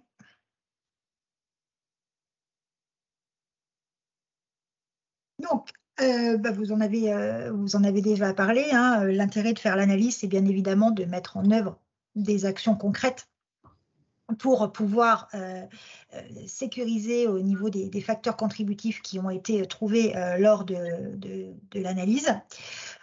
Et donc, après, il va falloir les mettre en œuvre dans l'établissement en respectant le timing, les étapes, et puis assurer aussi un suivi de ce plan d'action. C'est souvent ce qui pêche dans les établissements. On fait l'analyse, on trouve des actions, et puis derrière, elles ne sont pas forcément mises en place, et ce qui est le plus compliqué. Donc, on organise également ce suivi. Je crois, Sophie, que vous avez un petit mot à dire sur Oui. les ESMS. Oui, un rappel que j'ai déjà mentionné tout à l'heure, c'est que l'organisation du signalement et le traitement des événements indésirables, les EIGS, au sein des structures sociales et médico-sociales constituent un indicateur qui est pris en compte dans les CPOM. Et c'est aussi un objectif à part entière du référentiel de la HAS en ce qui concerne les évaluations qualité, mais voilà, on aura l'occasion de le voir en détail un peu plus loin dans la présentation. Donc, je vais vous parler du circuit des signalements LRS et plus particulièrement du point d'entrée, qui est donc le point focal régional. Vous avez entendu plusieurs fois citer le point focal régional et également le portail des signalements. Et j'entends que ce n'est pas forcément très simple de s'y retrouver actuellement. Ce qu'il faut savoir, c'est qu'en fait, on est un petit peu au milieu du gué actuellement entre, d'un côté, des signalements qui doivent être faits sur le portail, donc, qui initialement était dédié aux vigilances et qui s'est étendu et continuera à s'étendre progressivement à l'ensemble des signalements. Mais la crise Covid a un petit peu freiné le développement de ce portail-là. Et donc, aujourd'hui, coexistent deux voies d'entrée à l'Agence régionale de santé, mais qui, toutes les deux, convergent au même endroit, qui est le point focal régional. Donc, aujourd'hui, sur le portail national des signalements, effectivement, sont à signaler les éléments indésirables graves associés aux soins, dont on a largement parlé cet après-midi, mais également d'autres signalements, notamment les infections associées aux soins en établissements médico-sociaux en secteur de ville, les infections respiratoires aiguës et les gastro-entérites aiguës en établissements médico-sociaux. Et un point qui est très important, qui n'est pas l'objet de ce webinaire, mais qui prend de plus en plus d'importance et sur lequel je profite pour attirer votre attention, c'est tout ce qui est cybersécurité, et donc une obligation de signalement qui s'applique aussi bien aux établissements sanitaires qu'aux établissements médico-sociaux, de signaler les incidents graves de sécurité et systèmes d'information. Alors, ce qu'il faut savoir aussi sur le portail, c'est qu'en fait, il y a deux modalités, j'allais dire, quelque part. L'existence sur le portail lui-même de formulaires définis. C'est le cas des événements indésirables graves associés aux soins où vous trouverez le volet 1 et le volet 2, mais également parfois qu'un lien vers d'autres outils tels qu'il peut y avoir sur les infections respiratoires aiguës et notamment le Covid. Apparaît aussi quelque chose qui n'est plus utilisé, qui correspond à quelque chose qui existait à un moment donné sur une alerte sur les produits de vapotage. Simplement, il est encore sur cette diapositive et permet de vous dire aussi que le portail est conçu comme étant devant être très agile. Donc, il est tout à fait possible, quasi très rapidement en tout cas, de mettre en ligne le portail de nouveaux outils, de nouveaux formulaires de signalement. Donc, en complément, donc sur le point focal régional, sur le sont versés, donc nous avons accès au portail national des signalements, parfois en allant acquitter, en allant chercher le signalement du portail, mais le plus souvent, ces signalements sont versés dans notre propre système d'information. Donc arrive là sur notre boîte mail ou sur notre téléphone. Je ne parle pas du fax puisqu'il a vraiment vocation, et ceux qui utilisent encore le fax, j'attire aussi, je profite de ce webinaire pour attirer votre attention qu'il va falloir rapidement les abandonner puisque les lignes qui portent les fax vont être abandonnées les prochaines années. Donc c'est un système qu'il faut maintenant envisager d'abandonner. Donc arrive sur notre point focal régional sur la boîte mail ou par téléphone un certain nombre de signaux, notamment donc les signalements dont on a parlé tout à l'heure dans le médico-social, tout ce qui répond à la définition de l'arrêté. Il y a d'autres événements qui arrivent également sur notre point focal régional, notamment ce qui est des infections en établissement de santé, des infections nosocomiales qui arrivent via l'outil ESIN. Donc là, vous avez la porte d'entrée, j'allais dire, dans le portail qui a vocation à évoluer. Le portail est un système de modification. Il y a différentes nouvelles fonctionnalités qui nous sont annoncées. Alors, sont annoncées pour l'année maintenant 2023. Il s'agit notamment d'un espace d'échange avec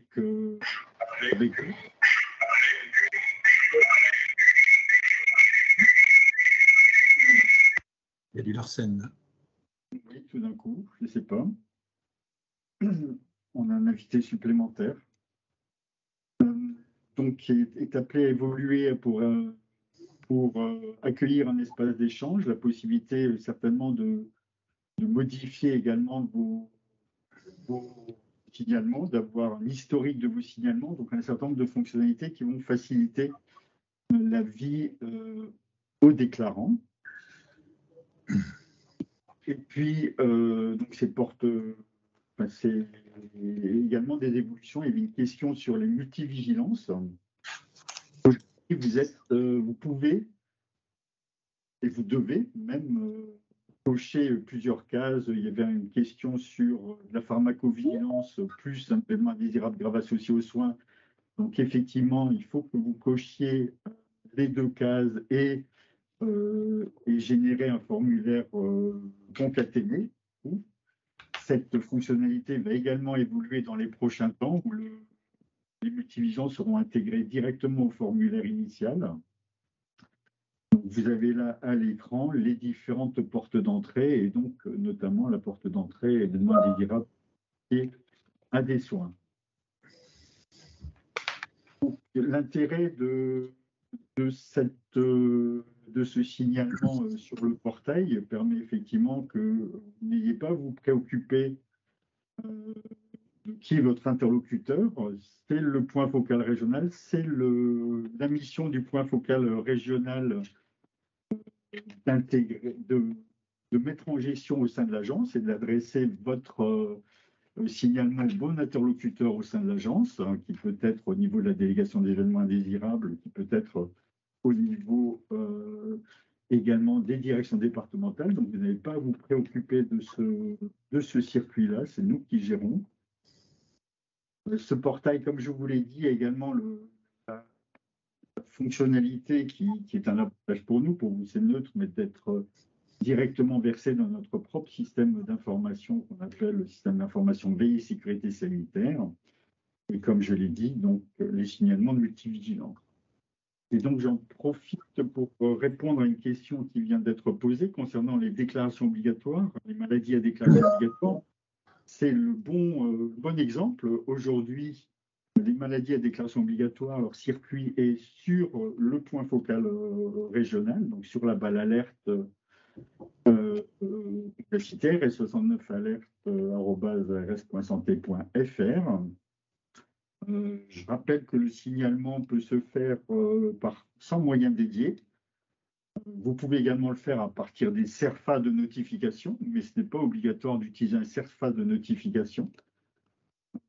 Le signalement peut se faire sans moyen dédié et les maladies à déclaration obligatoire devraient être intégrées avec un formulaire dédié sur le portail, on l'espère, courant 2023. Sur le traitement du signalement à l'ARS, du coup, les étapes de traitement au niveau des EIGS au niveau de l'ARS, à réception au point focal régional, comme l'indiquait Bruno, la délégation aux événements indésirables est sollicitée pour savoir si l'événement est classé en critique ou pas. Cette criticité est définie par le directeur général de l'ARS. Dans ce cas, si l'événement est classé comme critique, votre interlocuteur sera un correspondant du siège, donc, a priori la délégation aux événements indésirables. Si l'événement indésirable est classé non critique, votre correspondant ARS sera un membre de la délégation départementale dont vous dépendez. La criticité et les éléments de criticité, c'est la criticité médiatique, des arguments médiatiques, des arguments judiciaires, des arguments de reproductibilité. Si on sent que l'événement peut avoir un impact sériel, voilà. Ensuite, dans SIVSS, on finalise, le point focal régional finalise l'enregistrement, il valide le classement, ils attribuent une nature qui est définie au niveau national, un gestionnaire principal et fait le lien avec la base finesse de votre structure. La transmission se fait du coup vers le gestionnaire ad hoc, donc soit le siège, soit la délégation départementale pour mise en gestion, avec lequel vous avez potentiellement des interactions. J'ai bien noté qu'elles étaient insuffisantes dans vos remarques précédentes.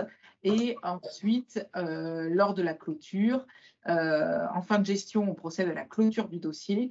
Et à ce moment-là, ça part automatiquement à la haute autorité de santé dès le moment où on clôture de manière gérée chez nous. C'est interconnecté avec la haute autorité de santé.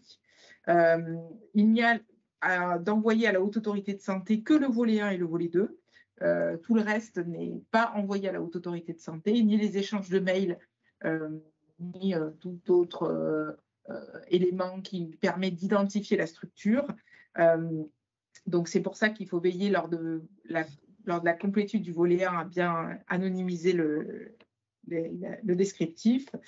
Et puis, du coup, comme je vous le disais tout à l'heure, le siège, quand c'est le siège qui est votre correspondant, c'est la délégation aux événements indésirables qui a été créée donc récemment en juin 2022 à la demande du directeur général de l'ARS.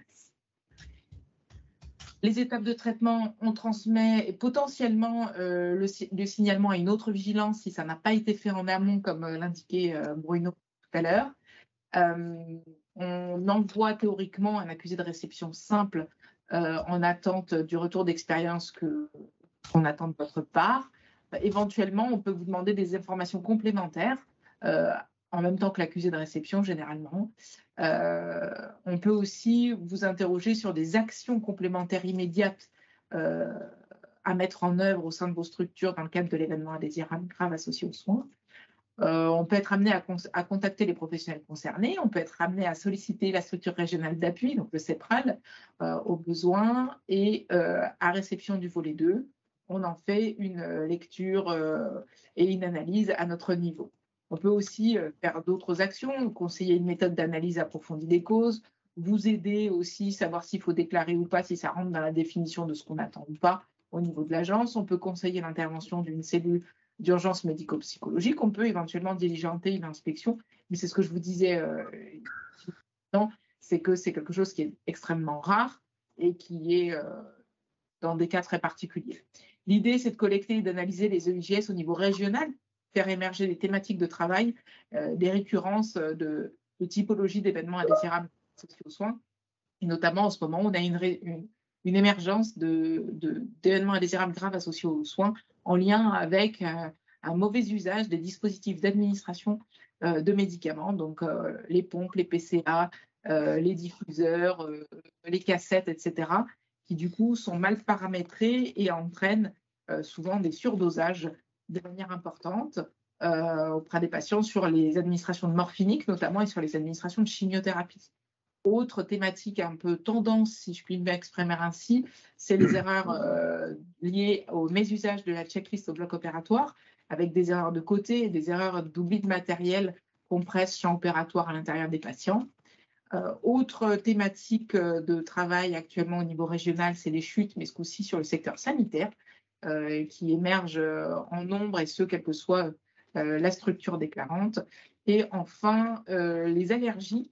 La quatrième thématique émergente actuellement, c'est les allergies en lien avec les médicaments pour des patients qui sont pour le coup connus comme étant allergiques et pour lesquels les barrières ont sauté, il n'y a pas de vérification et on administre le médicament avec des conséquences potentiellement graves. Donc là, j'en profite de vous avoir tous autour de l'écran pour vous partager ces 4 thématiques qui sont récurrentes et qui ne sont pas liées à un établissement, qui ne sont pas liées à un département, mais c'est bien au niveau régional. Donc, point de vigilance là-dessus et on sera amené à vous alerter au cours de l'année sur des éléments de ce type-là afin que vous puissiez apporter toute la vigilance nécessaire sur ces thématiques de travail. Ensuite, quelques données chiffrées, mais je vais passer vite parce qu'on a pris un peu de retard par rapport au timing. Le nombre de IGF reçus en 2019, 345, puis finalement une augmentation significative, et ce malgré le Covid, pour arriver l'année dernière à 416 EIGS qui ont été, nombre de volets reçus et classés à l'ARS en tant que EIGS.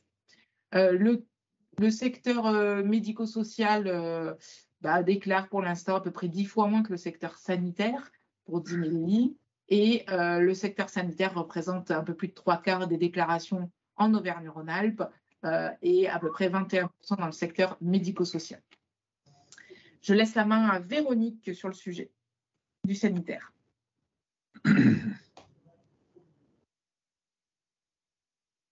Véronique. Oui, merci. Ah, pardon. Alors, comme vous l'avez dit, le sanitaire est pourvoyeur de la majorité des déclarations d'événements indésirables graves liés aux soins depuis la création du portail en 2017. Donc, sur des années pleines, on est parti d'un niveau initial en 2018 à 1173 UIGS déclarés pour atteindre en 2021 319 événements. Alors, en fait, ce nombre de UIGS est à rapporter au nombre de structures sanitaires de la région, qui est de l'ordre de 300, entre 300 et 310. Donc, globalement, on reste quand même dans une démarche qui reste modeste, qui n'est que le sommet sans doute d'un iceberg. Merci de changer de diapo. Alors, quand on regarde les catégories prédominantes, eh bien, les principales, c'est le suicide, un sujet qui a déjà été évoqué précédemment au cours du webinaire, qui est assez stable en fonction des années. Alors, c'est une typologie de IGS qui ne concerne pas seulement les établissements psychiatriques. On en trouve dans toutes les catégories d'établissements sanitaires. Deuxième typologie qui va avec tentative de suicide, donc je ne ferai pas de commentaires supplémentaires. Alors, la chirurgie avec une petite montée en puissance. Alors, comme l'a signalé Céline Brest, effectivement, en lien avec, à mettre en lien avec un mésusage de la checklist HAS bloc opératoire. Donc, des EIGS souvent classiques dans leurs circonstances de survenue, oubli de compresse, etc., mais qui font partie du champ plein de la checklist et qui amène finalement à re-questionner son usage. Il y a eu sans doute une lassitude autour de cet outil, donc il est intéressant de le réinterroger et de voir comment il peut être plus pertinent localement pour être mieux utilisé. Alors, on a encore un instant sur la diapo précédente, s'il vous plaît. Mais je me dépêche, mais encore un instant. Pardon. Excusez-moi. Je vous en prie. Alors, donc, pour ce qui concerne les médicaments, alors, on a une courbe montante, mais c'est probablement le domaine où on a la sous-estimation la plus forte. Donc, bon, à travailler.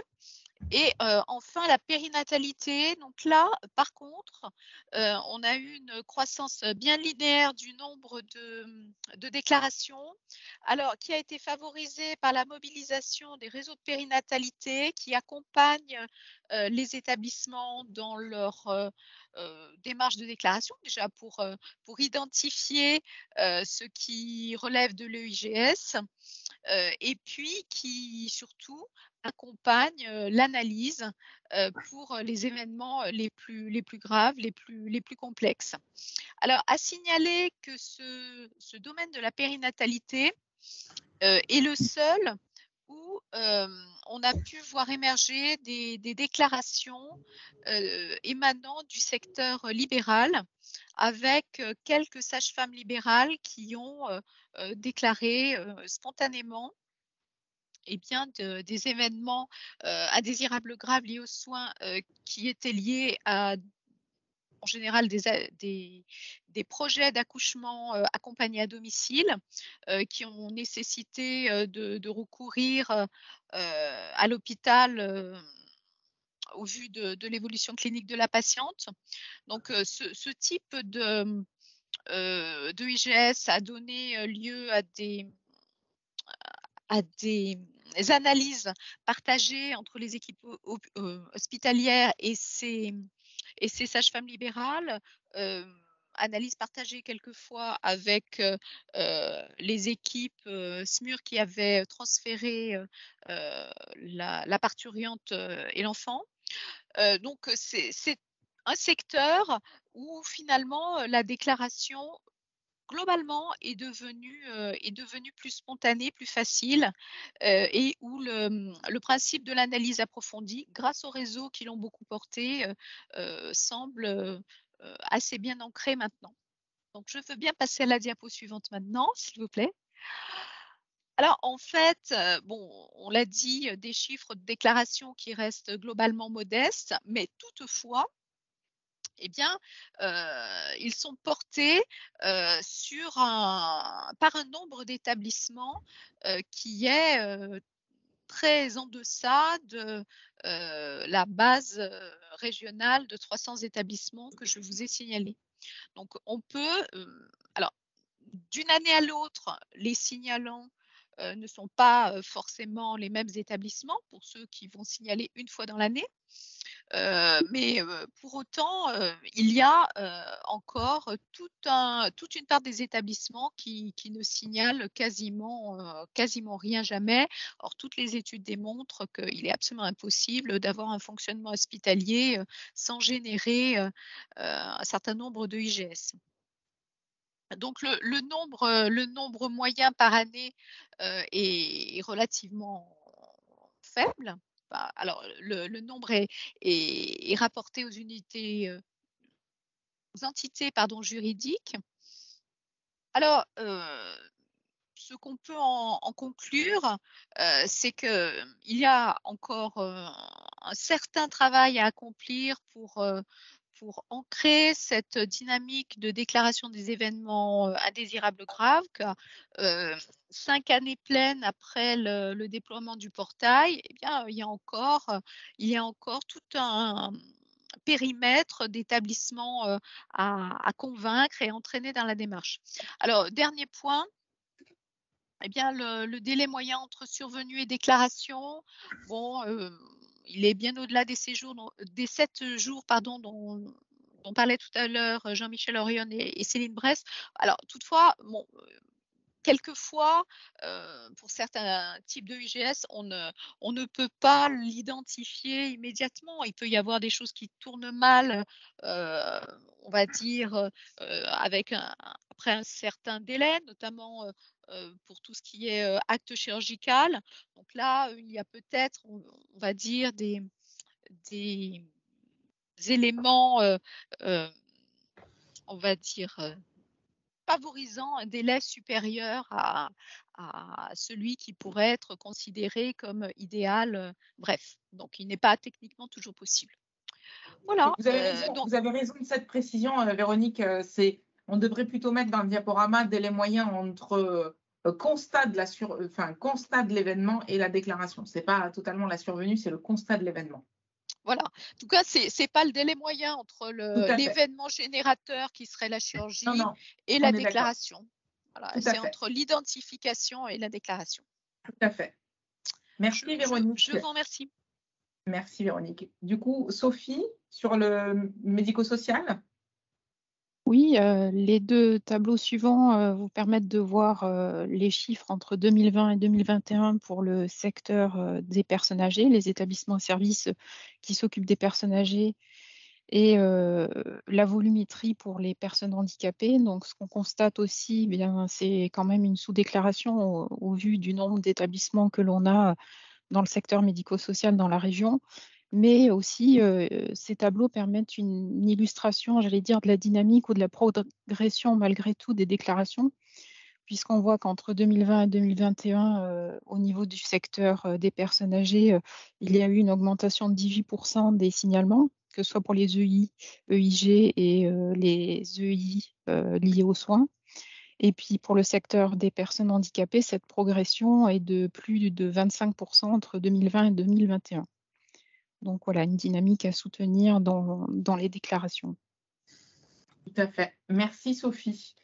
Il nous paraissait important de vous faire un point sur les articulations entre les événements indésirables et les réclamations, puisque en tout cas à l'ARS Auvergne-Rhône-Alpes, c'est 2 canaux différents. On interagit bien entre nous, mais c'est des canaux de signalement qui sont différents, puisque les événements indésirables sont déclarés par des professionnels ou par les structures, alors que les réclamations sont signalées par les usagers. Donc,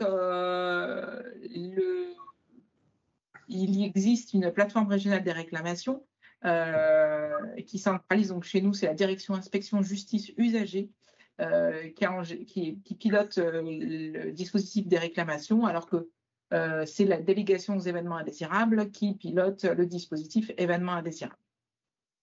Donc, il y a possibilité d'avoir une réclamation par un usager concernant un événement indésirable grave associé aux soins qui est déclaré. Dans ce cas, il est important que il y ait, au-delà de la réclamation faite par l'usager, un volet 1 d'événements indésirables graves associés aux soins fait par la structure. Et dans ce cas, la direction inspection justice usager de l'ARS Auvergne-Rhône-Alpes peut être amenée à contacter la structure, vérifier les propos du déclarant qui est l'usager et demander à la structure de faire une déclaration sur le portail national des signalements.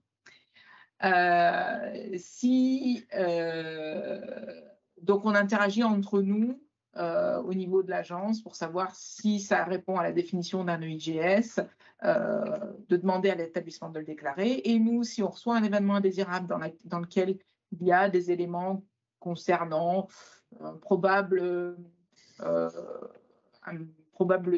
réclamation ou plainte qui va venir suite à des tensions avec la famille, par exemple, nous transmettons le signalement à la direction inspection justice usager de l'ARS, puisque la temporalité n'est pas tout à fait la même entre les événements indésirables qui doivent être théoriquement déclarés sans délai et les réclamations qui souvent sont déclarées avec des délais importants liés à qu'est-ce qu'on fait, on digère l'information, il s'est passé quelque chose qui ne nous convient pas, qui c'est qui va faire la réclamation, comment on va la formaliser, etc. Donc, l'usager souvent signale plus tard que l'établissement.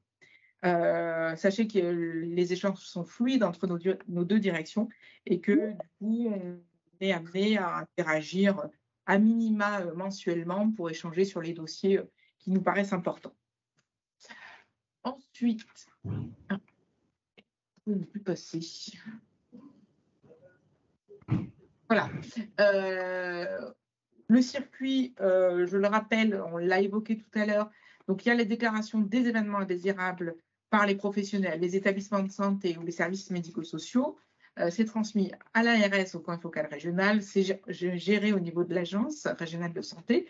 Puis, une fois qu'on clôture le dossier, c'est transmis automatiquement à la Haute Autorité de Santé qui produit un rapport annuel des EIGS avec des préconisations pour l'amélioration de la sécurité des patients. Et c'est transmis au ministre de la Santé et de la Prévention et diffusé publiquement. Ah oui, j'ai l'ancien logo, c'est le ministre des Solidarités et de la Santé. Ce n'est plus le cas, c'est le ministère de la Santé et de la Prévention. Chose importante, je vous encourage vivement à lire au moins les abrégés, mais sinon l'intégralité des rapports de la Haute Autorité de Santé sur les données 2021 qui vient de sortir lundi dernier. Donc voilà, et je vous fais juste un copier-coller d'une partie de l'abrégé 2020, enfin, qui vient de sortir là, mais sur les données 2021. Et donc, c'était l'occasion pour nous de vous remercier de vos déclarations, puisqu'on est la région de France qui déclarant le plus d'événements indésirables graves associés aux soins remontés à la Haute Autorité de Santé. Non, tout confondu en termes de volume. Et au niveau du taux de déclaration par nombre d'habitants au niveau de la région, on est la première région métropolitaine, si on veut dire qu'on est premier, mais en vrai, on est deuxième, on passe après la Réunion. Donc, c'est important. Et puis, le focus est important. Il est important de rappeler qu'une région ayant un nombre élevé de déclarations n'est pas une région où il est plus dangereux de se faire soigner. Ça est plutôt le reflet d'une culture de sécurité plus avancée. Donc, merci pour vos déclarations. Merci pour la confiance que vous avez lors de vos déclarations. Et je pense que c'est important qu'on continue sur cette lancée. Juste un mot sur le référentiel HAS concernant les établissements sanitaires. Il y a plusieurs critères, dont un critère impératif qui est le 2.4-04, qui dit que les équipes mettent en place des actions d'amélioration fondées sur l'analyse collective des événements indésirables associés aux soins. Il y a un deuxième critère qui est un critère standard, qui évoque que les analyses des événements indésirables doivent être consolidées, exploitées et communiquées à l'échelle de l'établissement. Et en plus de ces deux critères principaux, il y a deux autres critères associés, notamment que l'établissement soutient une culture de sécurité des soins. Et du coup, on est tous vraiment dans la même dynamique, que ce soit Haute Autorité de Santé, structure régionale d'appui, ARS et établissement, je l'espère, on va tous dans le même sens. Je laisse Sophie sur la partie des référentiels HAS, des ESSMS. Oui, alors du coup, dans le nouveau référentiel HAS pour les ESMS, on retrouve un indicateur à part entière sur le recueil et le traitement des événements indésirables. Et parmi les 4 critères, il y en a 3 qui sont impératifs. Un impératif, ça signifie que quand le niveau de satisfaction de l'objectif n'est pas jugé suffisant, la structure va devoir fournir un plan d'action associé à son rapport d'évaluation. Donc, parmi les critères impératifs, on retrouve avoir une organisation finalement du recueil et du traitement des événements indésirables. Le SMS doit communiquer sur le traitement des événements indésirables auprès des parties prenantes. Les professionnels déclarent et analysent en équipe ces événements indésirables et mettent en place des actions collectives. Et le 4e critère, c'est un critère de sensibilisation et de formation dans la gestion des événements indésirables. Et donc, du coup, la diapo suivante parle plus du risque médicamenteux. Donc, il y a un objectif sur la définition et le déploiement d'une stratégie de gestion du risque médicamenteux. Donc, avec 5 critères, et dans les 5, il y en a un qui est impératif. Donc, l'établissement doit définir une stratégie de gestion du risque médicamenteux et s'assurer de sa mise en œuvre. Les professionnels doivent respecter la sécurisation du circuit des médicaments. Les professionnels accompagnent les personnes dans la continuité de leur prise en charge médicamenteuse. Ils doivent alerter aussi en cas de risque lié à la prise en charge médicamenteuse. Et on retrouve un critère sur la sensibilisation et la formation, cette fois-ci sur la prévention et la gestion du risque médicamenteux. Merci Sophie.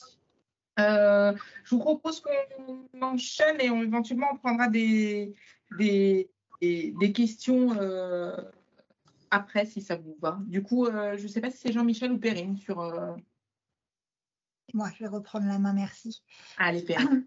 Donc, du coup, là, tout au long de cet après-midi, on a donc parlé de la culture de sécurité. On a vu comment déclarer, analyser, etc., les événements indésirables associés aux soins, les événements indésirables graves. Finalement, et puis on l'a vu avec la diapositive que vous a présentée Céline sur les derniers, qui proviennent des derniers abrégés, il y a une augmentation dans notre région de la déclaration des événements indésirables graves associés aux soins et de ceux qui sont analysés correctement et qui sont remontés à la Haute Autorité de Santé. Donc, c'est que cette culture de sécurité est en train de s'améliorer dans la région. Donc, finalement, le plus difficile et le but ultime de tout ça, c'est de pérenniser cette culture et de continuer à déclarer pour apprendre collectivement. Alors, si vous pouvez passer à la diapo d'après, s'il vous plaît.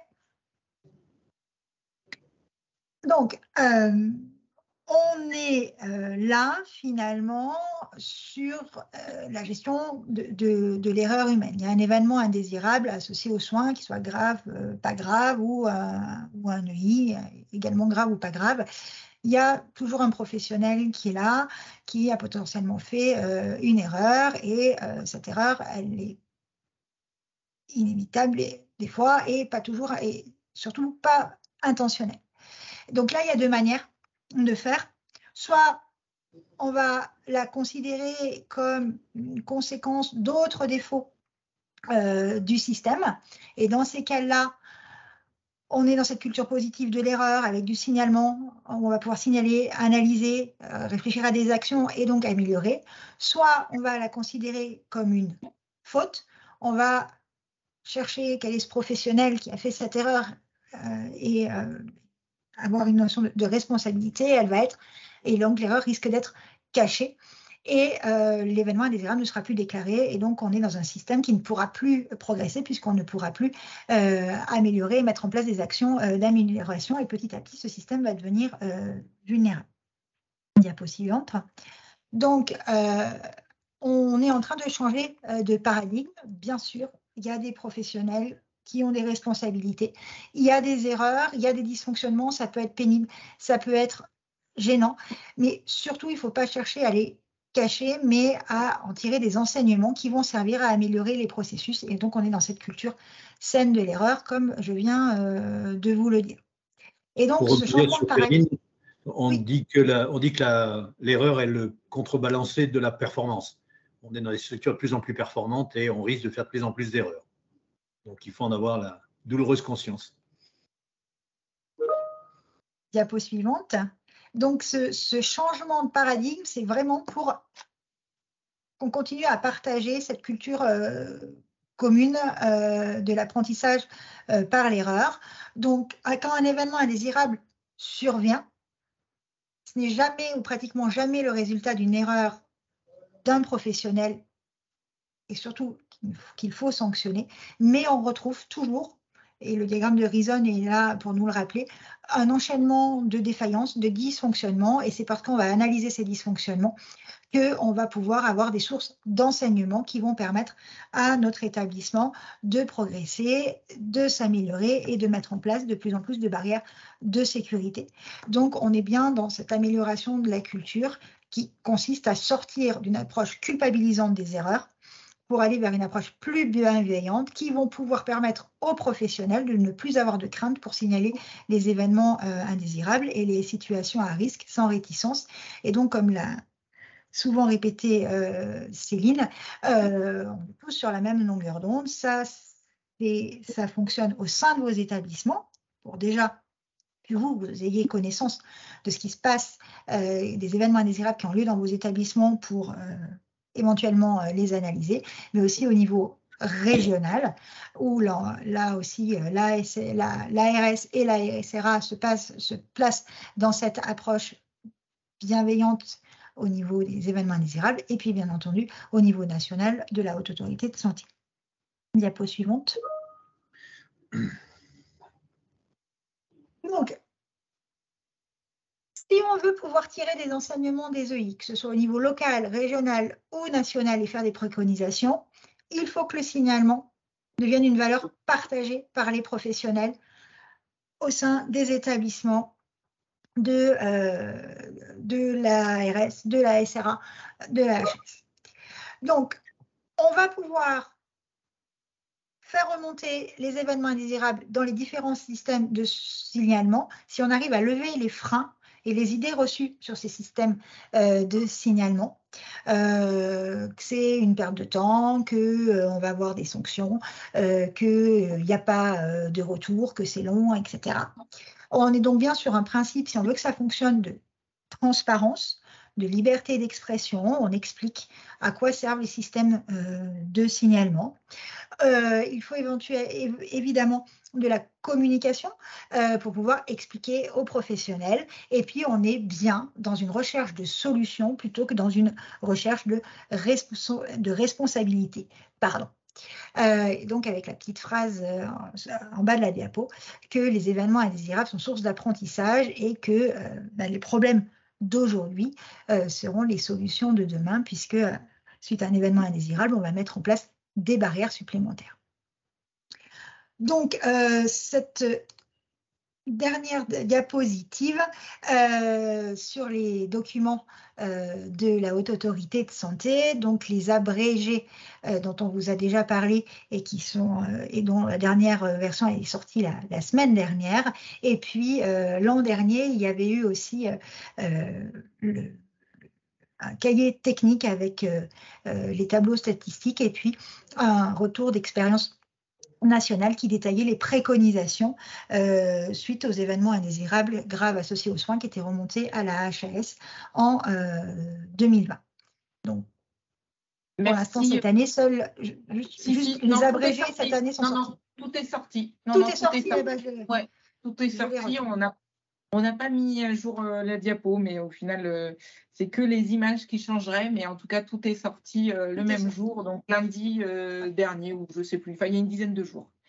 Peut-être quelques éléments complémentaires, Bruno, rapidement, avant de pouvoir conclure. Oui, juste, on vous a mis quelques diapos sur, d'une part, les différents textes du Code de la santé publique concernant les obligations de signalement, pour pouvoir vous y retrouver. Puis, par ailleurs, un certain nombre de référentiels, textes, arrêtés, décrets, lois, et liens vers différents sites pour vous permettre de fouiller, de revoir les points qu'on a pu aborder durant le séminaire. Et je crois que Arthur s'est engagé également à compléter la liste avec les différents liens qu'on vous a donnés au cours du webinaire.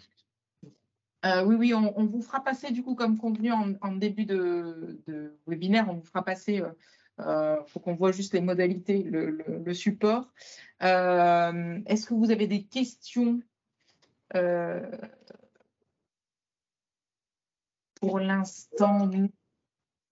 Du coup, c'était pour vous dire que dans le chat, dorénavant, vous avez accès à l'évaluation du webinaire et on vous remercie par avance de prendre 3-4 minutes. C'est hyper important pour nous de savoir si ça répond à vos attentes et que si ça n'y répond pas, de nous dire ce que vous attendez, ce que vous auriez attendu, ce qui vous a manqué, ce qui vous a plu aussi. Hein. On est quand même preneur de trucs positifs.